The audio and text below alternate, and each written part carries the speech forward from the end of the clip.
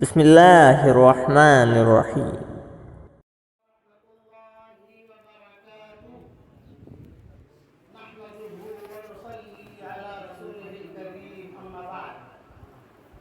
الحمد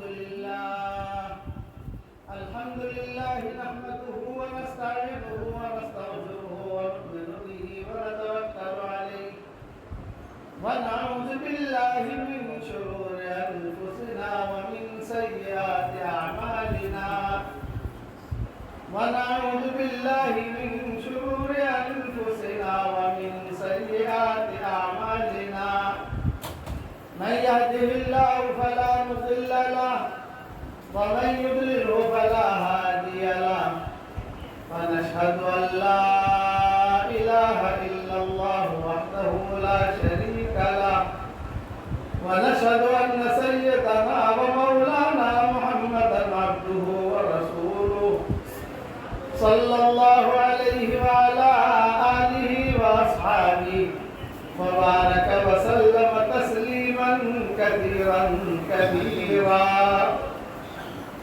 أما بعد فأعوذ بالله من الشيطان الرجيم. بسم الله الرحمن الرحيم.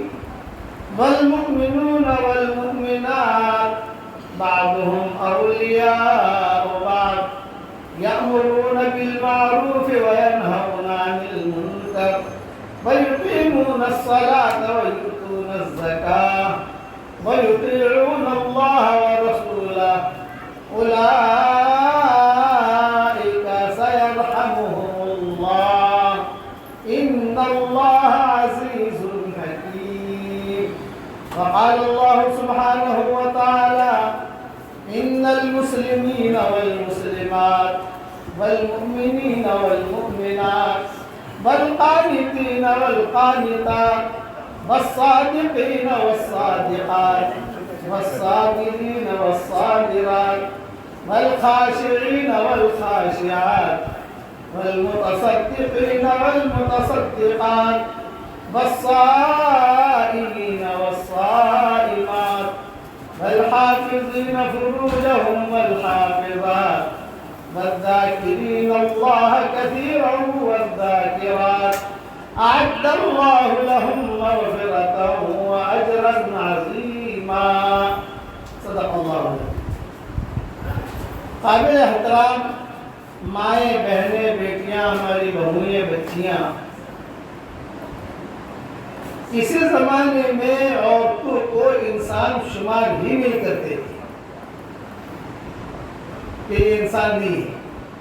فرینچ کالونی، یہ جاپانیز کالونی، اس کالونی میں اور اس کو انسان نہیں کہتے تھے، وہ کہتے تھے کہ ایک جانور ہے.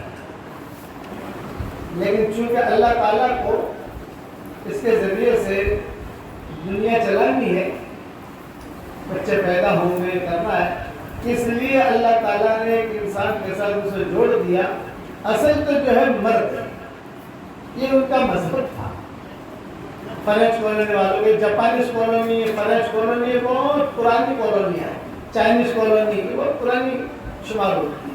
حضور صلی اللہ علیہ وسلم کی زبان سے بھی نکلا کہ علم حاصل کرو، چاہے چیز جا کر تم حاصل کرو. تو کوئی کہ عورتوں کا کوئی مقام نہیں تھا. اللہ جل جلالہ اپنے والوں نے اسلام دیا. حضور صلی اللہ علیہ وسلم جو ہے مکی زندگی میں دیکھا کرتے تھے کہ عورت کا تو کوئی مقام نہیں. کہ مکی زندگی میں حضور صلی اللہ علیہ وسلم دیکھا کہ عورت کا تو کوئی مقام ہی نہیں ہے. مکی زندگی عربوں کے اندر بھی عورتوں کا کوئی مقام نہیں تھا. آپ لوگ دھیان سے بات سنو، زیادہ اشارے مت کرو، دھیان سے. 1 گھنٹہ بات ہوگی، دھیان سے سنو. جو آدمی نہ بیٹھے گا آدمی بیٹھ جائے. دھیان میری طرف رکھو. چنانچہ کتابوں میں لکھا ہے کہ حضور صلی اللہ علیہ وسلم دیکھتے تھے کہ کسی لڑکی کا نکاح ہوا، شوہر کا جو ہے وہ انتقال ہو گیا، تو شوہر مرا ہے اپنی موت، لڑکی کا کیا قصور. لیکن اس لڑکی کو پنوتی کہتی تھی کہ لڑکی پنوتی. ایک مکان ہوتا تھا مکہ مکرمہ میں، اس مکان میں اسے دھکیل دیا جاتا تھا. 6 مہینہ صرف سارا کا سارا بند، یعنی کوئی دروازہ نہیں، کچھ نہیں، صرف مجھے کھانا دے دینے اتنی کھڑکی کھلی رکھتے تھے. اسی مکان میں سونا, اسی مکان میں استنجا, اسی مکان میں کھانا. وہ جو کھانا رکھ دیتے تھے تو وہ جو کھانا لے لیتی تھی, کھانا کھا لیتی تھی, پھر وہ برتن وہاں رکھ دیتی تھی. تو مکہ والے آکے لے جاتے تھے وہ برتن. 6 ماہ باہر نکلنے کو نکل ہی نہیں سکتی ہو, تاکہ تڑپ تڑپ کر مر جائے فلاں سے کلام کی. لیکن پھر بھی نہیں مری. تو کہتے تھے کہ یہ تو اور زیادہ پڑ ہوتی ہے تو مر کے بھی دیتی نہیں. وہ ڈائریکٹ نہیں مارتے, وہ جو ہے وایا وایا وایا وایا تلوار سے قتل کر دو. تو وہ ان کے یہاں بھی جرم تھا, لیکن سلو پوزیشن دے کر مارنا وہ ان کے یہاں جرم نہیں تھا. آہستہ آہستہ آہستہ کر کے مارنا وہ ان کا جرم شمار نہیں ہوتا تھا. 6 مہینے کے بعد بھی نہیں مری. 4 مہینے اور ٹرائی کرتے تھے, پھر بھی نہیں مری. اسے نکالتے تھے, نکال کر جو گدھے پر بٹھا کر پورے مکہ میں اسے گھماتے تھے کہ اتنی پن ہوتی ہے کہ مر کے دیتی نہیں ہے, مر کے دیتی نہیں. یہاں کہ وہ عورت جو مر جائے. یہ عورتوں کے ساتھ ہوتا تھا مکی زندگی میں. مکی زندگی میں مطلب سارے حجاز. میں مکہ کا نام اس لیے لے رہا ہوں کہ مرکزی جگہ تھی. لوگ وہیں کی بات کو جو ہے مدینہ لے جاتے تھے, وہاں کی بات یہ ربا لے جاتے تھے, سب جگہ. البتہ یہود نصارہ ان کے مذہب میں احترام تھا, لیکن اتنا احترام نہیں جتنا ہماری شریعت میں. ان کے یہود نصارہ کے مذہب میں اب تک عورت کی میراث نہیں ملتی. دنیا میں جتنے مذاہب و مذاہب ہیں, کسی مذہب میں بھی عورت کا میراث میں کوئی حق اور حصہ نہیں ہوتا. ہماری شریعت میں بھی یہی تھا آخر تک. مکی زندگی میں تو عورتوں کا میراث کا سوال ہی نہیں ہے, لیکن مدینی زندگی میں بھی کافی دن گزر. اچھا حضور صلی اللہ علیہ وسلم دیکھتے رہتے کہ یہ اس کا انتقال ہوا, تب اس کی بیوی کا کیا, پھر اس کی بچیوں کا کیا. لیکن چونکہ احکامات نازل نہیں ہوئے تھے اس لیے آپ صلی اللہ علیہ وسلم میں خاموش تھے. قرآن تو نازل ہو رہا تھا, لیکن ایک قصہ ہوا اور ابن ثابت کا, اس پر یہ میراث کے احکامات نازل ہوئے. یہ ایک عورت ذریعہ بنی ہے عورتوں کو میراث میں حصہ دلانے. ایک عورت اور ابن ثابت, ان کی 2 بیٹیاں اور 1 بیٹا تھا اور 1 بیوی. 4 ہو گئے, 2 بیٹیاں, بیوی اور بیٹا. تو اور ابن ثابت شہید ہو گئے. تو اور ابن ثابت کے بھائی آئے بھابھی کے پاس. بھابھی, بھائی ہمارا مر گیا, اب تم کو تو کچھ ملے گا نہیں, تم عورت ہو. یہ 2 بیٹیاں ہیں, ان کو بھی کچھ نہیں ملے گا. یہ لڑکیاں ہیں, ان لڑکے کو ملے گا, لیکن کب ملے گا جب یہ بڑا ہوگا, ابھی یہ بھی چھوٹا ہے. یہ کہہ کر اور ابن ثابت کے بھائی جو تھے سارا مال لے کر چلے گئے. کتابوں میں لکھا ہے کھجور لے کر چلے گئے. یعنی ان کے گھر میں کھجور بھی نہیں. مدینہ منورہ میں سب سے بخیل, سب سے غریب کون ہے جس کے پاس کھجور ہو؟ ارے مدینہ منورہ میں تو ہر ایک کے گھر میں کھجور ہوتی ہے, مرکز کھجور ہوگا. سارا مال لے کر چلے گئے. کھجور بھی نہیں, پانی بھی نہیں, کپڑے بھی نہیں. ابھی 4 وہ اپنے گھر میں بیٹھے ہیں, بیوی, 2 بیٹیاں اور 1 بیٹا. کسے جا کر کہوں؟ اور ابن ثابت کی گواہ کہتی تھی کہ دھوڑا کس کو سنا, شوہر کا جانے کا غم, پھر بچیوں کا غم, بچے کا غم. وہ بچے کو ابھی نہیں ملے گا, وہ بھی جب بچہ بڑا ہوگا تب ملے گا. تب تک کون جیتا ہے تیرے زلف کے سر ہونے تک؟ شاید کہتا کون جیتا ہے تیرے زلف کے سر ہونے تک؟ کون جیتا ہے؟ بچہ بڑا ہو جائے گا, وہ لینے والا بھاگ جائے گا. اتنے میں اتفاق, اچھا حضور صلی اللہ علیہ وسلم کو کچھ پتہ نہیں کہ معاملہ ہوا ہے, اتفاق تھا. بعض مرتبہ اتفاق کی وجہ سے بڑے معاملے حل ہو جاتے ہیں. اتفاق ایسا تھا کہ حضور صلی اللہ علیہ وسلم کو کسی کام کے لیے کسی جگہ جانا تھا, تو وہ عمر کو لے لیتے تھے, عبداللہ بن مسعود کو لے لیتے تھے, حضرت بلال کو لے لیتے تھے, چلو وہاں جانا ہے.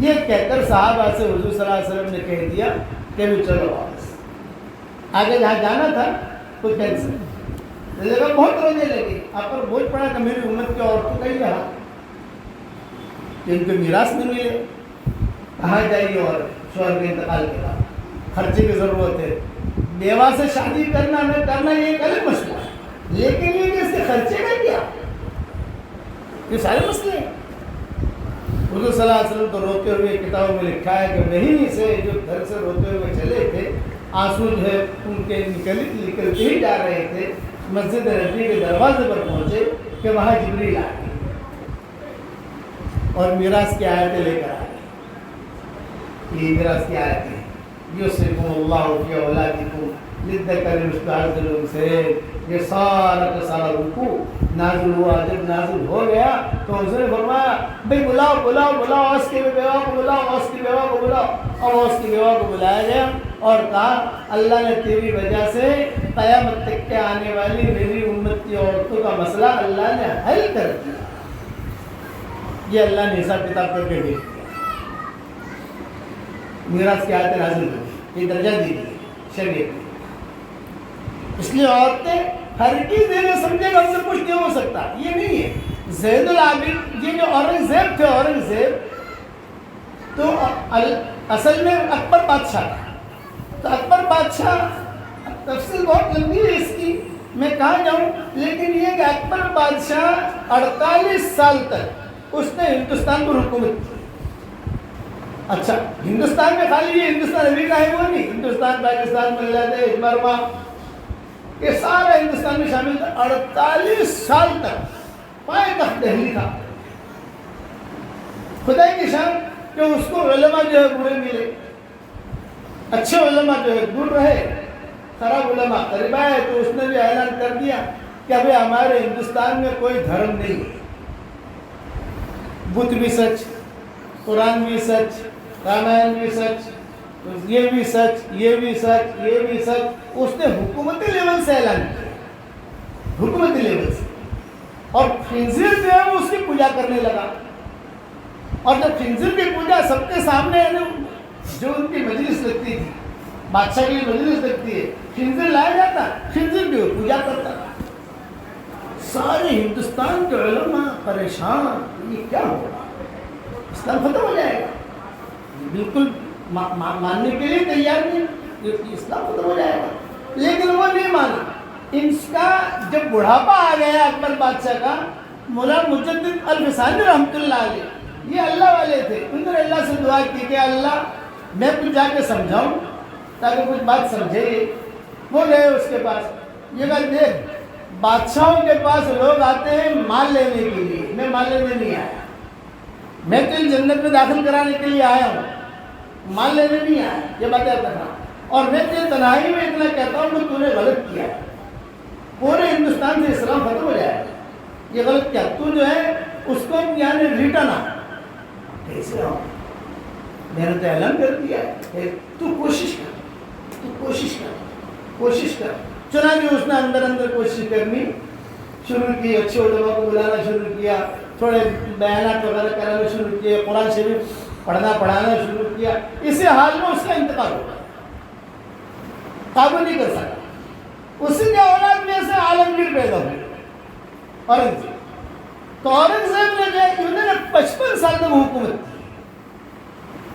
ہندوستان میں، 55 سال تک انہوں نے سارا نظام بدلا، سارا نظام بدلا، محنتیں کی، مالدار تھے، بادشاہ تھے، لیکن اپنی ٹوپیاں سی کر اپنا پیٹ پالتے تھے، ٹوپیاں سیتے تھے، لوگوں کو بیچتے تھے، ان کا خرچہ پورا ہوتا تھا۔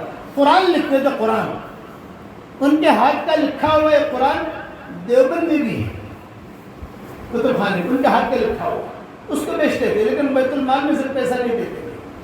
تو اب ان کی بیٹی زیب النساء، دیکھو اللہ کا نظام کیسا چلتا ہے، عورتیں اگر یہ کہیں کہ ہم کچھ نہیں کر سکتی، یہ مدرسہ سولتیہ کا نام سنا ہوگا مکہ مکرمہ میں، یہ سولتیہ جو سولت بنگال کی ایک لڑکی تھی،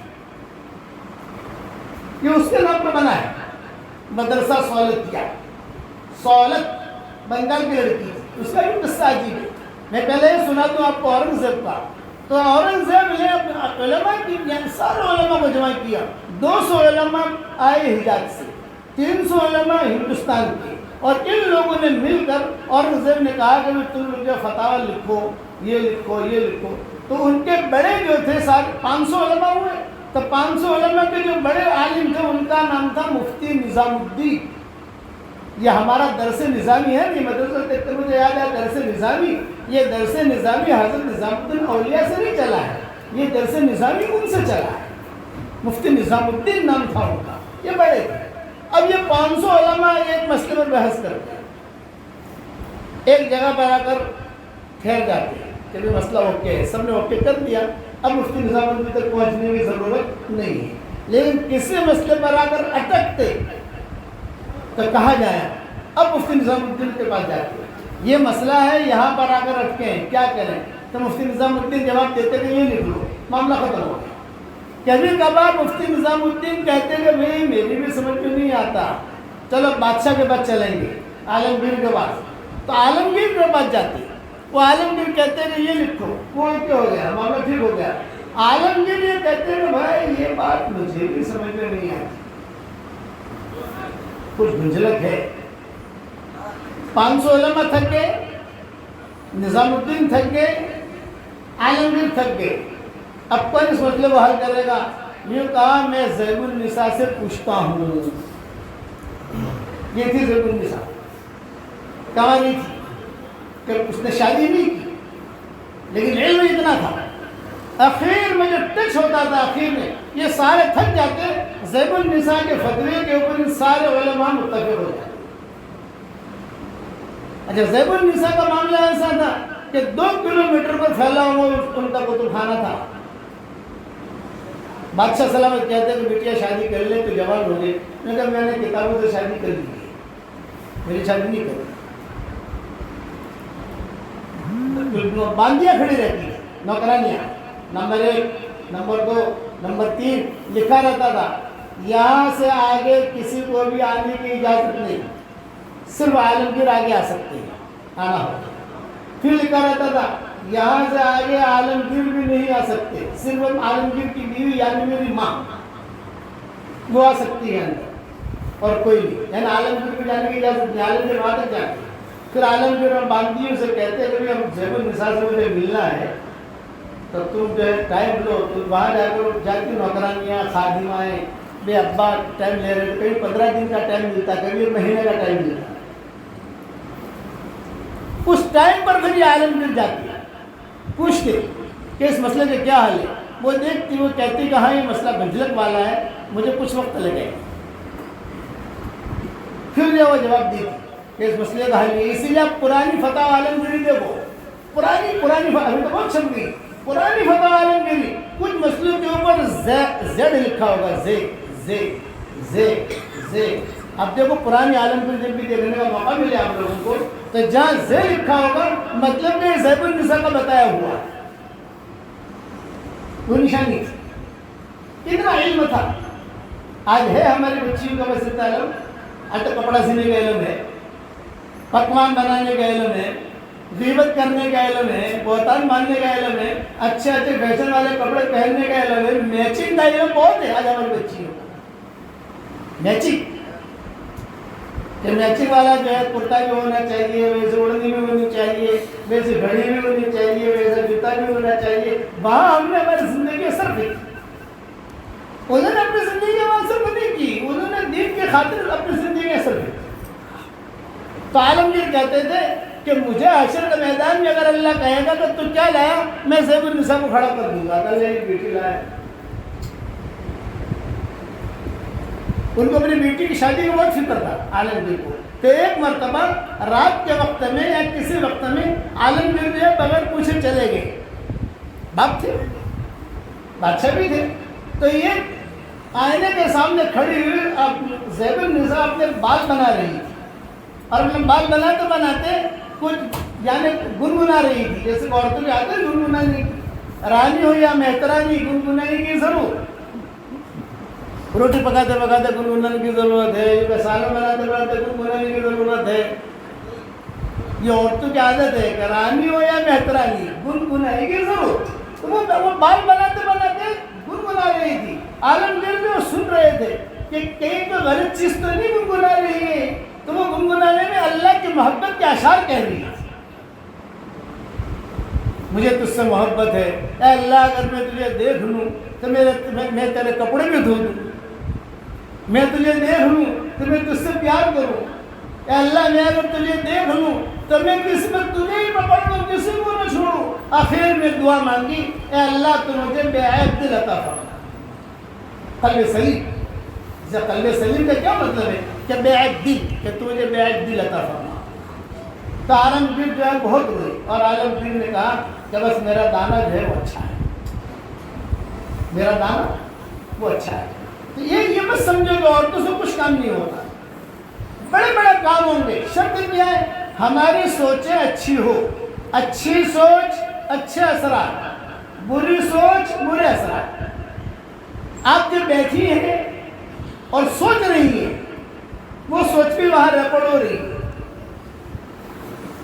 خیال آ رہا ہے وہ خیال بھی ریکارڈ ہو رہا ہے. حضور صلی اللہ علیہ وسلم نے نہ عورتوں کو یتیم بنایا نہ مردوں کو یتیم بنایا. اور پھر یہ عورتوں نے کام کیا ہے. وہ سہولت نام کی جو بنگال تھی، بنگال کی عورت، ہمارے یہاں ہندوستان میں ایک بہت بڑا حادثہ ہوا تھا کس زمانے میں، آپ نے کبھی نہیں سنا ہوگا. ایک بہت بڑا پادری تھا، اس نے جو ہے انٹرنیشنل طریقے پر اعلان کیا تھا کہ اسلام کا مذہب صحیح نہیں ہے، عیسائیت صحیح ہے. اور یہ کرتے کرتے سب علماء کو ہراتے ہراتے ہراتے ہراتے ہراتے وہ ہندوستان پہنچا تھا. تو ہندوستان میں علماء بھی ہار گئے. دلی کی جامع مسجد ہے، اس کی سیڑھیاں بہت اوپر ہے، تو وہاں کھڑے رہ کر اس نے اعلان کیا میں نے ساری دنیا کے لوگوں، مکہ مدینہ کے علماء کو بھی ہرا دیا کہ اسلام حق نہیں، عیسائیت حق ہے. وہاں کے عرب علماء بھی جواب نہیں دے سکے. یہاں آ گیا جامع مسجد، اور جامع مسجد آ کر سیڑھی پر کھڑے رہ کر اس نے انٹرنیشنل طریقے پر اعلان کیا کہ اسلام حق نہیں ہے، عیسائیت یہودیت حق ہے. کوئی اگر مناظرہ کرنے والا ہو مجھ سے مناظرہ کرے، ساری دنیا کے علماء کو میں ہرا چکا ہوں اور میرے پاس سرٹیفکیٹ. اس کا مطلب کہ اسلام دنیا سے گیا. مناظرہ عرب علماء میں مصر کے علماء، عراق کے علماء، پھر وہاں مراکش کے علماء، پھر یہ انڈونیشیا کے علماء، اس نے ساری دنیا کا دورہ کیا دجال کی طرح، سب کو ہراتے ہراتے ہراتے جامع مسجد تک پہنچا. ایک مولانا رحمت اللہ کیرانوی تھی، کاندھلا کے قریب مظفر نگر میں ایک گاؤں کیرانا، ایک ہے کیرالا، وہ تو الگ ہے، یہ ہے کیرانا. مولانا رحمت اللہ علیہ، ان کا نام تھا مولانا رحمت اللہ علیہ کیرانوی. ان تک یہ بات پہنچی تو انہوں نے کہا یا اللہ، ایک آدمی نے سارے علماء کو ہرا دیا، اب میں کیا کر سکتا ہوں؟ گاؤں میں رہنے والا ایک انہوں نے ہمت کی. ان کے رشتہ دار لندن میں رہتے تھے، تو انہوں نے کسی طریقے سے پرانے انجیل، پرانے تورات، اس کے فوٹو بھیجے. 100 سال پہلے تورات نے کیا تھا، 200 سال پہلے کیا تھا، 300 سال پہلے کیا تھا، سارے نسخے منگوا کر انہوں نے محنت دیکھا. یہ تورات میں تحریف ہوئی ہے، پھر یہ تحریف ہوئی، پھر یہ تحریف ہوئی، پھر یہ تحریف ہوئی، پھر یہ تحریف ہوئی. اب پھر سے تعریف کر رہے ہیں یہ لوگ کہ اللہ کو ہی بھی نہیں کہہ سکتے، شی بھی نہیں کہہ سکتے. یہ ابھی چل رہی ہے ان کہ اللہ کو ہی بھی نہیں کہہ سکتے، کہ اللہ کو شی بھی نہیں کہہ سکتے. تب وہ جتنے بھی ان کے تورات کے اندر ہی شی جملے وہ سارے نکال رہے ہیں. یہ ابھی لیٹسٹ خبر ہے. تو وہ کھڑے ہوئے اور انہوں نے سارا مطالعہ کر کے ان کو چیلنج کیا. آدمی میرے مقابلے پر جامع مسجد میں مقابلہ ہوا، دلی جامع مسجد، اور برابر جواب دیتے گئے. علماء جمع ہوئے، جواب دیتے گئے. وہ پادری جو تھا وہ ہارا اور ہار کر بھاگا یہاں سے. تو انہوں نے ہرایا اس کو. اچھا، اب یہاں سے گیا وہ ترکی جب گیا تو ترکی کو علماء بڑے پریشان کہ یار ساری دنیا کو پریشان کر دیا، ہمیں پریشان کرے گا یہاں تک. اتنے میں یہ مولانا رحمت اللہ کے لیے گئے ہوئے تھے حج کے لیے. اس وقت میں ترکی حکومت تھی. تو ترکوں کو پتا چلا کہ ایک آدمی سے دنیا میں آدمی ڈرتا ہے، کسی سے نہیں ڈرتا. تو کون ہے؟ رحمت اللہ کیرانوی. بھی کہاں ہے وہ؟ یہ حج میں آیا ہوا ہے. ارے حج تو یعنی ہماری حکومت ہے، پولیس کے ذریعے سے ڈھونڈوایا کر مولانا رحمۃ اللہ کے حکومتی لیول سے ڈھونڈوا کر مولانا رحمۃ اللہ کرانوی کو ان کو پکڑا اور پکڑ کر کہا کہ تو آپ چلو ترکی، ہم لے جائیں گے آپ کو، شاہی خرچے پہ لے جائیں گے، وہاں وہ پادری جو ہے پریشان کر رہا ہے، اس نے کہا میں تیار ہوں۔ وہ پادری کو پتا چلا کہ رحمۃ اللہ کرانوی آ رہے ہیں، وہ دم دبا کر ترکی سے بھاگ گیا۔ تو مولانا رحمۃ اللہ کرانوی جو ہے تو انہوں نے کہا یار جب بادشاہ سے میری دوستی ہو گئی ہے مکہ کیوں چھوڑوں، یہی پڑھا انہوں نے کہ مکہ کیوں چھوڑوں، جب بادشاہ سے دوستی ہو گئی ہے تو اپنا فائدہ اٹھاؤ۔ چنانچہ وہ وہاں رک گئے، وہاں جب رک گئے تو سوالت نامی یہ لڑکی ملی ہوئی مکہ میں، بنگال کی متمول عورت تھی۔ جیسے حج میں تو سب آتے ہیں، کہاں سے آتے، پوچھا کہاں کی ہو گئے، ہندوستان کی، تو ہندوستان میں کہیں ان کا بنگال کی کیا نام ہے، تو سولت۔ اچھا ماشاء اللہ کیا کام کا ہے، تو میری یہ فیکٹریاں ہیں، یہ جو بھی اس دور کے اعتبار سے مال تھا، اتنا ٹن میرے پاس سونا ہے۔ تو مولانا رحمۃ اللہ کرانوی نے اس سے تعلقات کر کے اس سے یہ کہا کہ جب اللہ نے تجھے اتنا مال دیا ہے تو مکہ مکرمہ میں ایک مدرسہ کھول لے۔ میں نے بہت تیار ہوں، کتنے پیسے لگیں گے، کتنے پیسے لگیں گے، ان نے پیسے بھیجے، زمین خریدی، زمین خریدی، پیمنٹ کیا، اور وہ سوالت نامی عورت کا انتقال ہو گیا، پیمنٹ کر دی۔ اب اس کو جو ہے بنانا ہے، مولانا رحمۃ اللہ کرانوی نے بنایا، اس کا نام رکھا مدرسہ سولتیہ، کہ ان کی قبر بھی وہی تھی۔ اب تو مدرسہ سولتیہ ختم ہو گیا، قبر میں ختم ہو گئی، محلہ میں دفن نہیں ہوئے ہیں، وہ وہی دفن ہوئے تھے مدرسہ سولتیہ میں۔ لیکن یہ کاندھلا والوں کے پاس کیسے آیا، یہ کاندھلا والے سے ان کے پاس یہ مدرسہ آیا نا، وہ کیسے آیا؟ کیرانا اور کاندھلا دونوں قریب قریب تھے، تو وہ کیرانے کی وجہ سے کاندھلا والوں کو بلایا مکہ، انہوں نے اس مدرسے پر قبضہ کیا، اس کو چلایا، اور چلا کر جو ہے وہ اس کو بسایا، آباد کیا۔ تو میں کہتا ہوں کہ عورتیں کہیں ہم کچھ نہیں کر سکتی، یہ بات نہیں ہے، یہ تو خیر سوالت کے پاس تو مال تھا، اس نے لگا اگر آپ کے پاس مال نہیں ہے تو بھی نیت پر بھی آپ کام کر سکتے، مال نہیں ہے میں کیا کروں، اچھی سوچ، اچھے اثرات، بری جگہ پٹیل صاحب کو، اچھی سوچ، اچھے اثرات، بری سوچ، برے اثرات، یہ آج کا سبق ہے۔ اچھی سوچ رکھو، بدگمانیاں ہوں گی، بدگمانیاں پھیلیں گی، اچھا گمان ہوگا، اچھا گمان پھیلے گا۔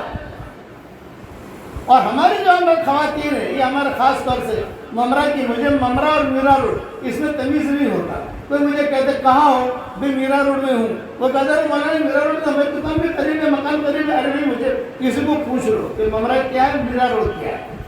اب میں نے سفر میں تھوڑا پکا یاد کر لیا، ممرہ یہ سفر میں نے پکا یاد کیا، مجھے جان مغالطہ لگ جاتا ہے اس میں۔ یہ جتنی ہماری مائیں بہنیں بیٹیاں جمع ہوئی ہیں، اتنی اگر جو ہے صرف دین کا فکر کر لیں تو ممرہ میں کوئی بے دین نہیں رہے گا انشاءاللہ۔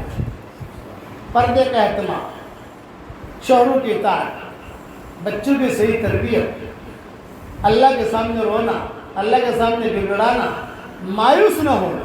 ہماری شریعت میں مایوسی نہ کی کوئی منزل نہیں ہے۔ آپ کے خیالات اچھے ہوں گے، اللہ اس کا نظام بنائے گا۔ حضرت خدیجہ رضی اللہ تعالیٰ نے کہتی تھی کہ میرے بڑے پیغام تک ہے، حضرت خدیجہ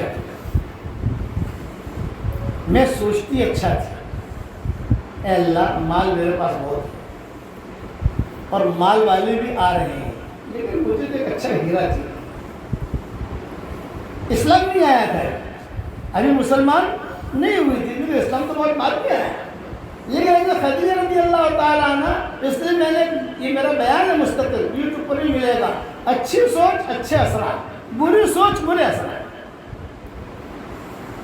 نسلوں میں یہ سوچیں جو ہے یہ چلتی ہے، نسلوں کے اندر یہ اکبر کی اچھی سوچ ہوئی، مرنے سے پہلے وہ اس پر قابو نہیں پا سکا، لیکن اس نے ٹھان لیا کہ میں نے جو اعلان کیا ہے غلط اعلان کیا ہے، اب مجھے اسلام کے بارے میں اعلان کرنا ہے، مدرسے بنانے ہیں، یہ کرنا ہے۔ وہ اس کی اچھی سوچ میں اللہ نے اور عزت دے دی، اور وہ نسل چلی، پھر حالات آئے، مطلب دنیا کے حالات چلتے رہتے ہیں۔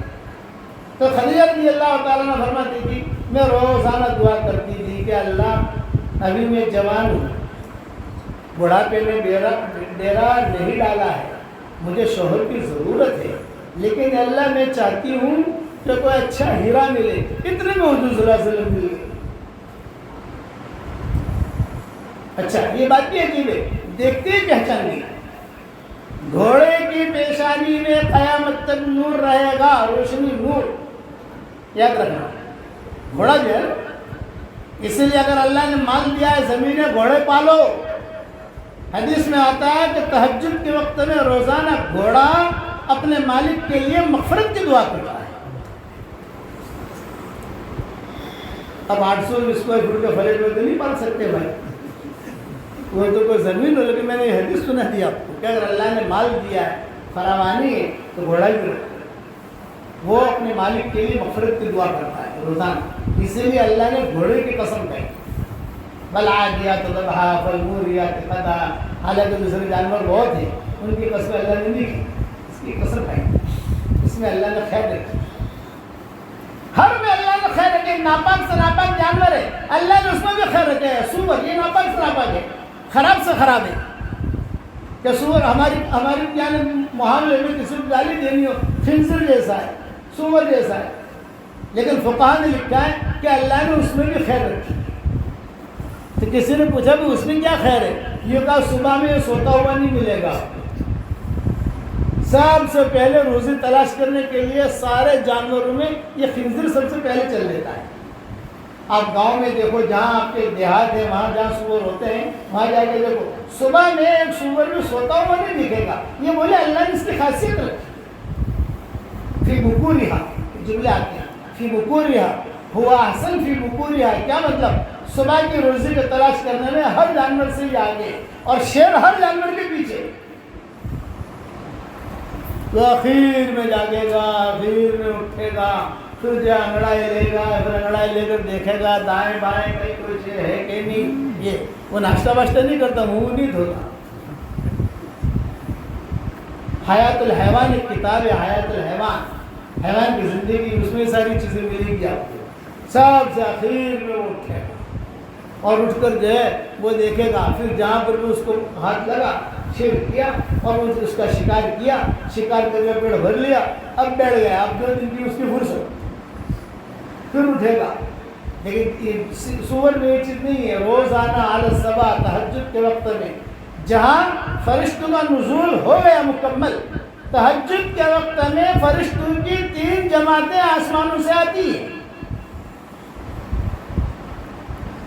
آج کل 5:48 پر صبح صادق تقریباً ہو رہی ہے، 5:50 سمجھو، تو سمجھ لو وہ 2 گھنٹہ پہلے 4 بجے کے قریب آسمانوں سے 3 جماعتیں آسمانوں سے اترتی ہیں، کتاب میں لکھا ہے۔ ایک جماعت متقین کے لیے، ایک جماعت صالحین کے لیے، ایک جماعت گنہگاروں کے لیے، 3 جماعتیں اترتی ہیں آسمانوں سے۔ جو گنہگار ہیں ان کے لیے کیا کہ اس وقت میں تھپکی مار مار کر انہیں سلاتے ہیں، سوئے رہو، اس وقت میں، اس نورانی وقت میں اللہ تمہارا چہرہ دیکھنا پسند نہیں کرتا، سوئے رہو۔ اسی لیے اس وقت میں نیند بہت آتی ہے، پوری رات جاگے گا آدمی، اور تہجد کے وقت کے اندر جو ہے وہ اس کی نیند آنی شروع ہو جائے گی۔ یہ صالحین کے لیے، اور صالحین جو عام صالحین ہیں ان کے لیے یہ وہ جماعت آ کر جو انہیں جگہ دی۔ یضربون باجنحتہم، حدیث شریف کے الفاظ ہیں، یضربون باجنحتہم، اپنے پر مار مار کے انہیں جگاتے ہیں۔ پر مارنے کا کیا مطلب؟ میرے والد صاحب رحمۃ اللہ علیہ فرماتے تھے، بیٹا پر مارنے کا مطلب سمجھے؟ میں نے کہا ابا فرشتوں کے پر ہوتے ہیں تو وہ مارتے ہی؟ کہا نہیں، پر مارنے کا مطلب یہ ہے کہ تہجد کے وقت میں یا تو وہ پر ماریں گے، لیکن ہر وقت وہ پر نہیں مارتے۔ تہجد کے وقت میں ایسے حالات پیدا ہو جاتے ہیں کہ سامنے والا جاگ جاتا ہے، مثلا پیشاب لگ گیا، اب جاگا، ارے ماشاءاللہ تہجد کا وقت ہے، پر مارنا ہے، یہ اللہ کا نظام چلتا ہے۔ پھر کہتے تھے خوب گرمی ہے، ایئر کنڈیشن بند ہو گیا، تہجد کے وقت میں گرمی لگ رہی ہے، اب وہ جاگا ہے ایئر کنڈیشن کی وجہ سے کہ ایئر کنڈیشن چالو کروں، لیکن کچھ معاملہ ہوا ہوگا، بولے ارے تہجد کا وقت ہے چلو تہجد پڑھ لو، یہ اللہ تعالیٰ کی طرف سے۔ کبھی دیر خوب سردی ہے تو رضائی نیچے گر گئی، ٹھنڈی لگ رہی ہے، اب وہ ٹھنڈی رضائی لینے کے لیے، کمبل لینے کے لیے وہ دیکھا گھڑی میں، ارے تہجد کا وقت ہے، تہجد کا وقت ہے، یہ پر مان۔ اور کبھی کبھی ابا کہتے تھے کہ تہجد کے وقت میں رانگ نمبر بھی آئے گا، یہ میرے والد صاحب رحمۃ اللہ علیہ فرماتے کہ بیٹا تہجد کے وقت میں اگر تمہارے موبائل پر اس وقت موبائل تو تھے نہیں، بعد میں آئے کہ تمہارے گھر کے نمبر پر اگر کوئی رانگ نمبر آئے تو سمجھنا کہ یہ اللہ نے اس کو لگایا ہے، تمہیں جگانے کی، یہ بھی پرمارنا ہے۔ تو غصہ مت ہونا، یہ کوئی ٹائم فون کرنے گا، یہ نہیں، وہ اللہ نے آپ کو جگانا تھا۔ اور تہجد کے وقت میں کبھی کبھی بچہ روئے گا، یہ بھی اللہ کی طرف سے، چھوٹا بچہ ہے، ایک دم رونا شروع کرے گا، ایک دم رونا شروع کیا اور رونا شروع کر کے اپنا جو ہے ماں بھی جا کے بیٹا باپ بھی جا کے دودھ دیا وہ دیا، مطلب پر مار کے جگہ ہے، وقت ہے، اب 2 رکعت نماز پڑھو۔ یہ صالحین صالحات کے لیے، اور جو بڑے متقی لوگ ہیں ٹاپ 1 مقربی، ان کے لیے اللہ کہتے ہیں کہ تم جاؤ لیکن ان کو پر مت مارنا، ان کو جگانا مت، سوتے رہنے کا، اس لیے کہ رات بھر انہوں نے کام کیا ہے، قربانی دی ہے، کتابیں لکھی ہیں، بہت تھکے ہیں، سونے جائیں۔ وہ اگر خود جاگ جائیں 2 رکعت پڑھ لیں تو ٹھیک ہے، نہ پڑھیں تو ان کا سونا بھی میرے یہاں عبادت ہے۔ نوم العلماء عبادہ، یہ جو کتابوں میں ہے نوم العلماء عبادہ، تو علماء کا سونا بھی عبادت ہے، اس کا مطلب تو اللہ تعالیٰ پھر توفیق دیتا ہے۔ تو حضرت خدیجہ کا میں قصہ سنا رہا تھا، وہ ہمیشہ روتی رہتی تھی، اسلام تو آیا نہیں تھا، روتی رہتی تھی کہ اللہ چاہتی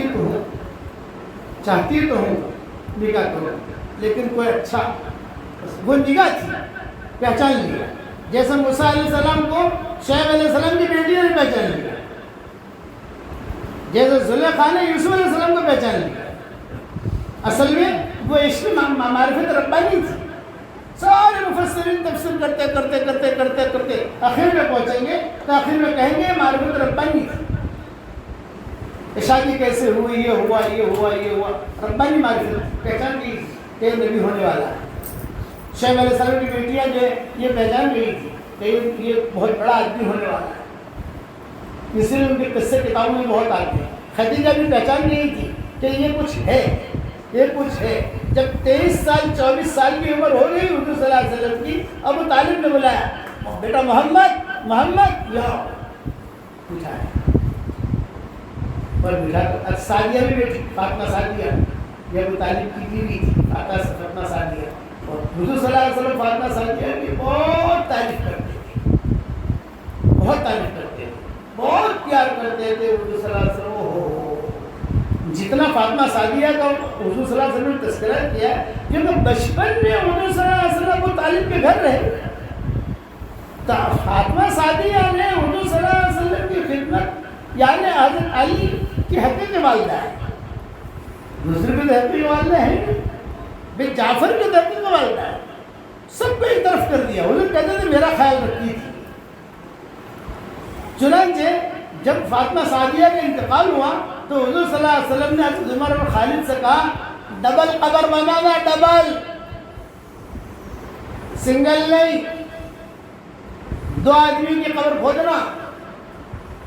سارے صحابہ پریشان کہ ایک عورت کا انتقال ہوا ہے تو حضور 2 کا بھی کہہ رہے، فرمایا کہ 2 بھی کھودو، لیکن کسی کی ہمت نہیں، ایک ہی حضور نے آرڈر دے دیا 2 آدمی سوئیں گے اس میں، یعنی 2 لوگ سوئیں گے، چاہے 2 عورتیں سوئیں، چاہے 2 مرد سوئیں، چاہے فاطمہ سعدیہ کے ساتھ کوئی سوئے، مطلب ایسے لمبی قبر بنا۔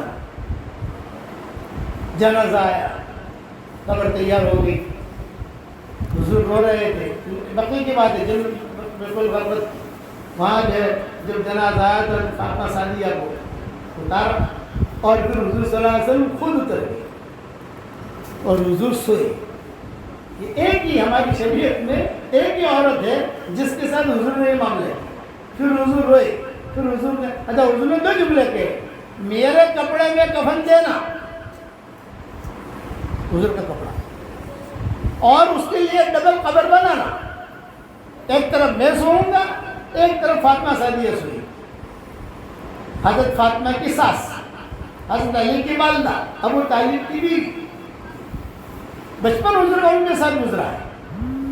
تو خود حضور صلی اللہ علیہ وسلم مجلس میں کہتے تھے مجھے سرما لگاتی تھی، مجھے نہلاتی تھی، اور مجھے جو ہے دھوپ میں بٹھا دیتی تھی۔ بچپن میں 8 سال کی عمر میں حضور آ گئے تھے۔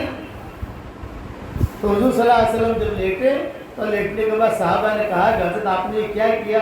فرمایا میں نے میرا کپڑا اس کے کفن میں دیا، اس کی وجہ یہ تھی کہ اللہ اس کو سندس کپڑا پہنا ہے جنت کا، اور میں اس کے ساتھ قبر میں سویا، اس کی وجہ یہ تھی کہ قبر کا عذاب اسے نہ ستائے، اب اس کو قبر کا عذاب نہیں ستائے۔ پھر حضور نے ان کے فوائد، ان کے احسانات، یہ فاطمہ سعدیہ اور حضرت ابو طالب یہ دونوں بیٹھے ہوئے تھے۔ جب تک ابو طالب زندہ رہے فاطمہ سعدیہ مسلمان نہیں ہوئی، اندر سے مسلمان ہو چکی تھی لیکن ظاہر نہیں کرتی تھی شوہر کے ڈر کی وجہ سے۔ ابو طالب جبھی آتی تھے، ڈرتی تھی کہ میرا شوہر تو مسلمان نہیں اور میں اسلام کا اعلان کروں گی تو پورے مکہ میں دھاڑ ہو جائے گی، مطلب اسلام ظاہر نہیں کرتی، لیکن اندر تھا۔ جہاں ابو طالب کا انتقال ہو گیا تو فوراً فاطمہ سعدیہ نے اسلام کا اعلان کر دیا، میں مسلمان۔ یہ دونوں کو دونوں بیٹھے حضور کے بعد جب آپ کی عمر 23 سال کی، ایک طرف فاطمہ سعدیہ، ایک طرف ابو طالب نے کہا بیٹا محمد تو دھندا بندہ کرو، خرچے بہت ہیں گھر کے، آپ کا خرچہ ہم لوگ اٹھاتے ہیں تو دھندا کرو۔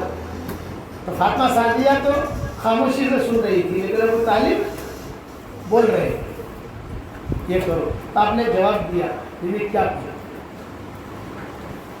کوئی لائن ہو، کپڑے کی لائن ہو، کوئی یہ ہو، بولا تمہیں کچھ نہیں کرنا، یہ خدیجہ ہے نا یہ لوگوں کو مال دیتی ہے، تم چلے جاؤ وہاں تو تمہیں مال دے گی، جب مال دے گی تو تم جو ہے اپنا اس مال کو لے کر شام جاؤ تجارت کرو۔ آپ نے فرمایا ہاں ٹھیک۔ جب نظام اچھی سوچ اچھے اثرات، آج اگر آپ کی اچھی سوچ ہے تو آپ کے 100 نسلیں اچھے اثرات اس سے پڑیں گے 100 نسلوں تک۔ اور سوچنے کا پیسہ نہیں لگتا، آدمی کو اچھی سوچ لینے کا پیسہ ڈگری کی ضرورت پڑتی ہے کہ پیسوں کی ضرورت ہے کہ سر اتنی زمین ہو کر اچھا سوچ سکتے ہو، اچھی سوچ۔ اب حضور صلی اللہ علیہ وسلم نے پوچھا خدیجہ کا گھر کہاں ہے؟ ارے یہ سامنے، قریش تھا نا سب یہ سامنے۔ حضور صلی اللہ علیہ وسلم بھی اپنے فقیرے کا پیالہ لے کر کھڑے ہو گئے، وہ لوگ انٹرویو دینے کے لیے کھڑے ہوتے تھے تو حضور بھی کھڑے ہو گئے۔ جہاں حضور کھڑے ہوئے وہاں ایک درخت تھا، وہ درخت وہاں سے ہٹ کر، یعنی درخت آگے تھا، لوگ سائے میں کھڑے تھے، حضور دھوپ میں کھڑے تھے، وہ درخت وہاں سے چلا اور حضور کو سایہ کرنے لگا۔ یہ سارا منظر خدیجہ نے دیکھا۔ خدیجہ کی ایک سہیلی تھی، اس کا نام تھا نفیسہ، اس کو بلایا، نفیسہ وہ لڑکا جو کھڑا ہے وہ کون ہے، تحقیق کرو۔ یہ امیرہ ہے خدیجہ، نفیسہ کام کرتی ہے وہاں۔ تو نفیسہ جو وہ گئی، عورتوں کی عادت ہے کسی کا بایو ڈاٹا نکلوانا ہو 15 منٹ دے دو، آپ کو سارا بایو ڈاٹا نکال کر دے دی۔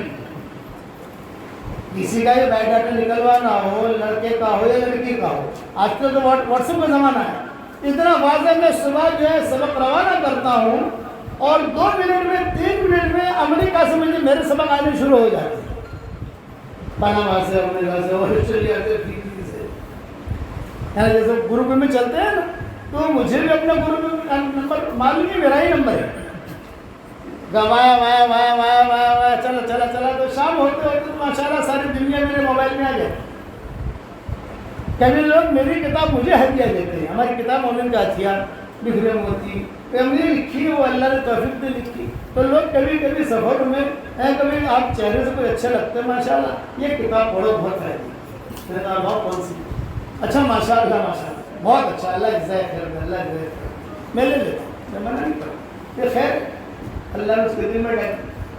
حرم شریف میں ہم کو لوگوں نے ہدیہ دی ہماری کتاب، کہ یہ کتاب بہت اچھی ہے، 26 صورتیں کا منتخب نہیں، اس میں ہر عمر کی دعائیں بھی ہیں، یہ بھی ہے وہ بھی ہے، تو یہ مجموعہ اللہ نے اچھا بنوا دیا۔ یہ کبھی کسی حاجی کو دینے کے لیے اس سے اچھا ہدیہ کوئی وہ دے دو تو اس میں عرفات کی دعائیں بھی آ جائے گی، مزدلفہ کی بھی آ جائے گی، طواف کی بھی آ جائے گی، چچا چچا چچا کہتے ہیں کہ چچا جان یہ کتاب بہت اچھی ہے، میں آپ کو ہدیہ کرنا ہوں۔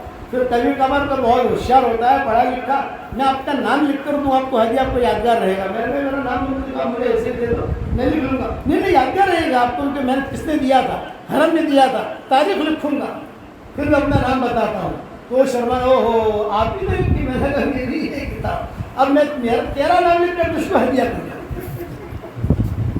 اب میں تیرا نام لکھ کر تجھ کو ہدیہ کرتا ہوں، تیرے پاس ہی یادگار رہے گی۔ تو یہ حضرت خدیجہ نفیسہ سے بول رہا نفیسہ نے آ کر کہا شریف ابن الشریف قریب ابن القریب، پوچھا ہے کون؟ کہ ابو طالب کیا رہتے ہیں؟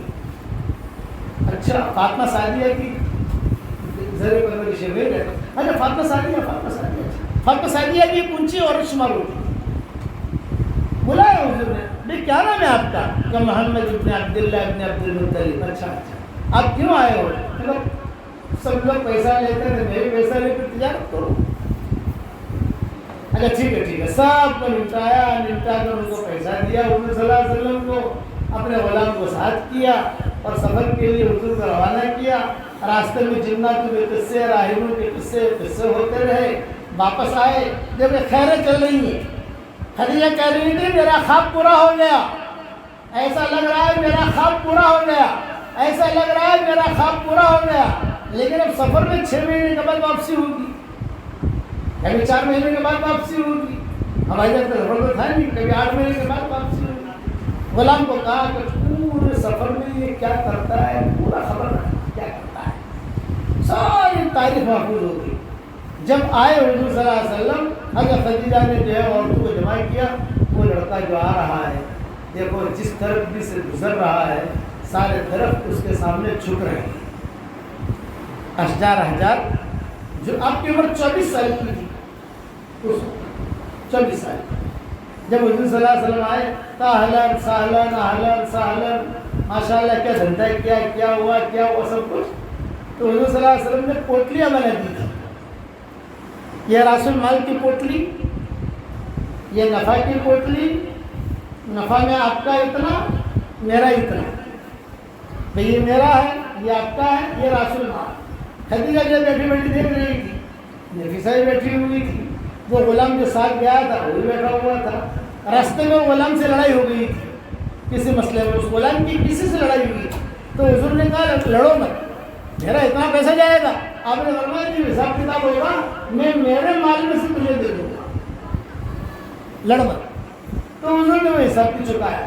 اگر خدیجہ دیکھ رہی شریف، اب حضرت خدیجہ نے کہا آپ کی کون سی پوٹلی ہے؟ یہ آپ لے رکھ لیجیے، میری کون سی ہے؟ آپ کی یہ، لا مجھے دے دو، راس المال مڑی وہ کون سا ہے؟ یہ، لا مجھے دے دو، یہ آپ کے پوٹلی لو اور آپ جاؤ،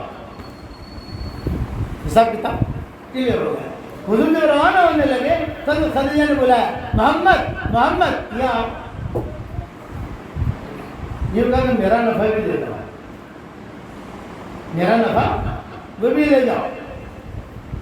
حضور کو تو خوشی ہوئی، 50,000 نفع جیسے حضور کا ہے تو 50,000 نفع خدیجہ کا ہے، تو وہ بھی دے دیا، آپ کو اور خوشی ہوئی۔ اب حضور صلی اللہ علیہ وسلم لے کر اٹھے، اس کے بعد یہ کہ محمد آؤ، یہ موڑی کی جو پوٹلی ہے یہ بھی لے جاؤ، راس المال، آپ کو اور خوشی ہوئی، فطرت انسان کی۔ اب لے کر چلے تو پھر خدیجہ نے بلایا محمد جی آؤ، بٹھایا، نفیسہ کو کہا تو چلے جائیں یہاں سے، وہ غلام تھا، اس کو کہا تو بھی چلا جائے یہاں سے۔ اب خدیجہ اور حضور صلی اللہ علیہ وسلم خود دونوں اور کوئی نہیں، اب خدیجہ خود پیغام رکھ رہی ہے، محمد تم جوان ہو، آپ نے فرمایا ہاں، بیوی کی حاجت ہے، آپ نے فرمایا ہاں، تو کیا خیال ہے اگر میرے ساتھ تمہارا نکاح ہو جائے؟ خود نے پیغام رکھا ہے خدیجہ نے. اب آپ کنوارے تھے, خدیجہ کنواری نہیں تھی, تو کنوارا لڑکا ہو کنواری لڑکی ہو تھوڑی حیا شرم یہ فطری چیز ہے. تو حضور صلی اللہ علیہ وسلم کہتے ہیں میرے دانتوں میں پسینے آ گئے, دانتوں میں پسینے. ایک مثال ہے کہ دانتوں میں پسینے نہیں آتے. یار میں اچھے میں پڑ گیا تو میں کیا جواب دوں؟ تو خدیجہ نے کہا کہ نہیں بتاؤ, اگر میرے ساتھ آپ کا ارادہ ہو نکاح کا تو پھر اس کی تدبیر بنانے کچھ ترتیب کریں. آپ خاموش. بعض کتابوں میں لکھا ہے سرخ ہو گئے, سرخ. خوبصورت تو تھی لیکن یہ سنتے ہی سرخی آ گئی چہرے پر, رخساروں پر, اور خاموش. کیا جواب دیا؟ پھر حضور صلی اللہ علیہ وسلم نے جواب دیا. حضرت خدیجہ نے اصرار کیا بھئی ہاں کہو یا نہ کہو, تم ہاں کہو یا نہ کہو. تو حضور صلی اللہ علیہ وسلم نے کہا کہ نہیں میں ہاں نہ تو نہیں کہہ سکتا, لیکن یہ ہے کہ یہ شادی بیاہ کا مسئلہ تھوڑا گھریلو مشورے کا ہوتا ہے. میں میرے چچا سے پوچھ لوں, فاطمہ سعدیہ سے پوچھ لوں, اس لیے کہ میں وہی رہتا ہوں. حضرت خدیجہ نے کہا کہ ہاں آپ کے تم جو ہے پوچھ لوں. اب حضور صلی اللہ علیہ وسلم نکلے.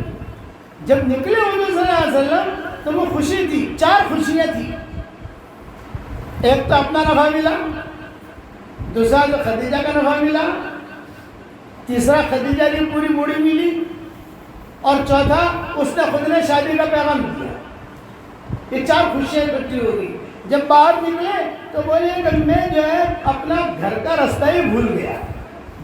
بعض مرتبہ خوشی خوشی میں آدمی ارے کہاں جانا ہے یار, کہاں ہے کہاں ہے. مدینہ منورہ میں جب ہمارا مذکورات وغیرہ میں بیان ہوتا ہے تو ہم کچھ شرطیں لگاتے ہیں. تمہارے یہاں کھانا نہیں کھائیں گے, آپ کے یہاں صرف کھجور اور زمزم پیئیں گے. بیان کے بعد آپ کا کام یہ ہے کہ آپ حرم شریف چھوڑو, اتنا باقی کوئی کام نہیں. کھانے میں دیر بہت لگتی ہے وہ ہم نہیں کھائیں گے.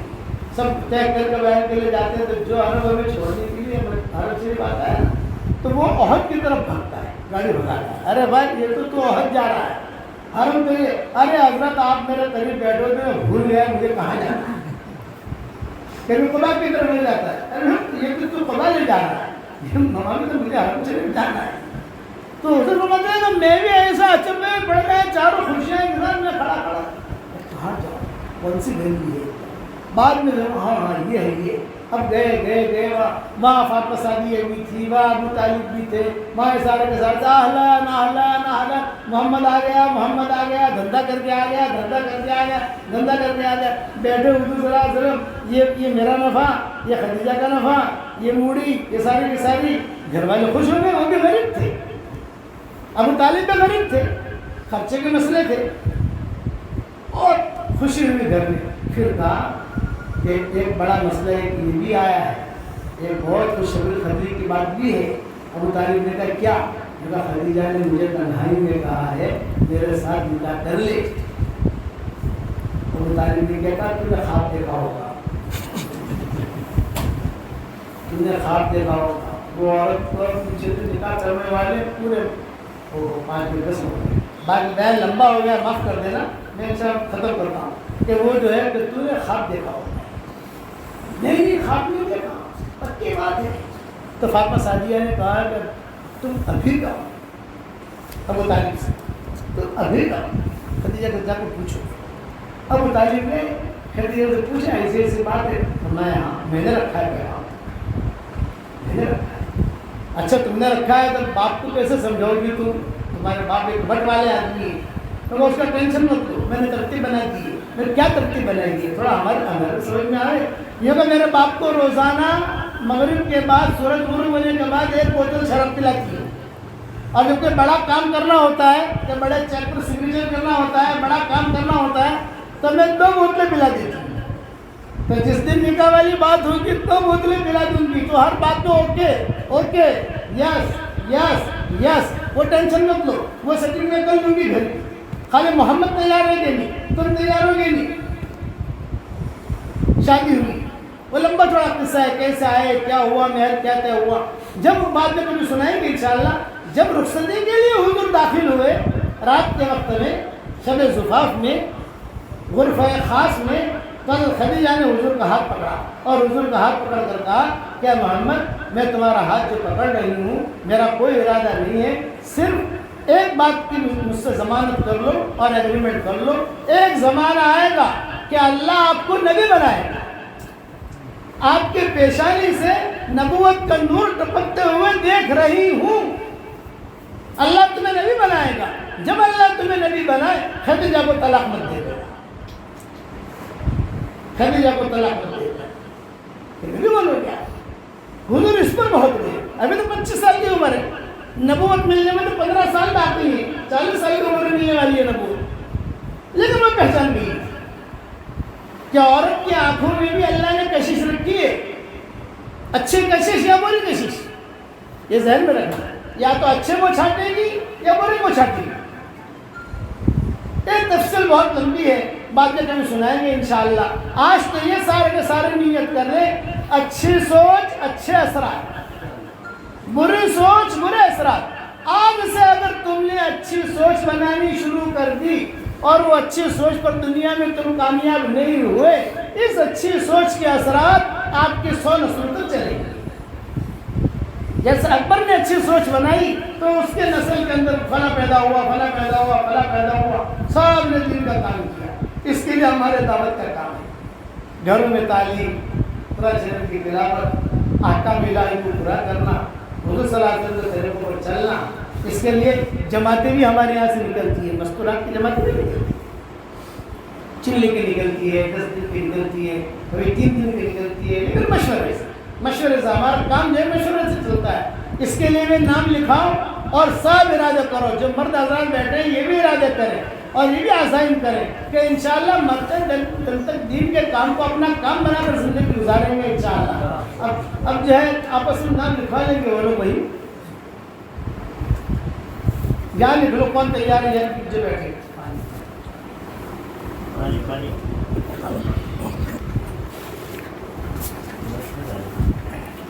بولے بھائی انشاءاللہ ہر سال کا 4 مہینے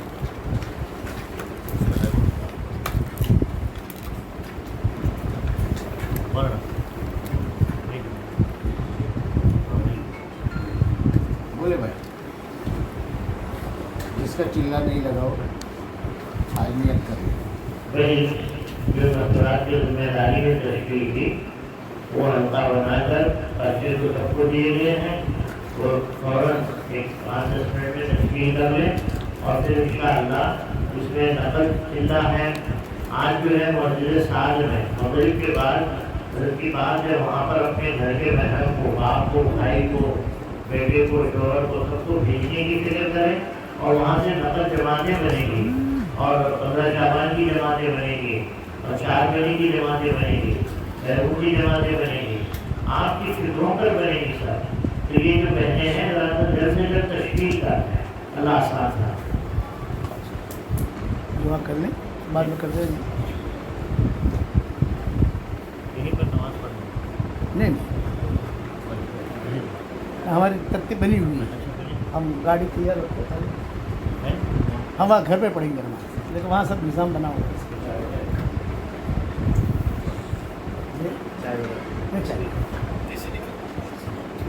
میں نے صبح سے کھانا بھی نہیں کھایا، صبح سے ناشتہ بھی نہیں کیا۔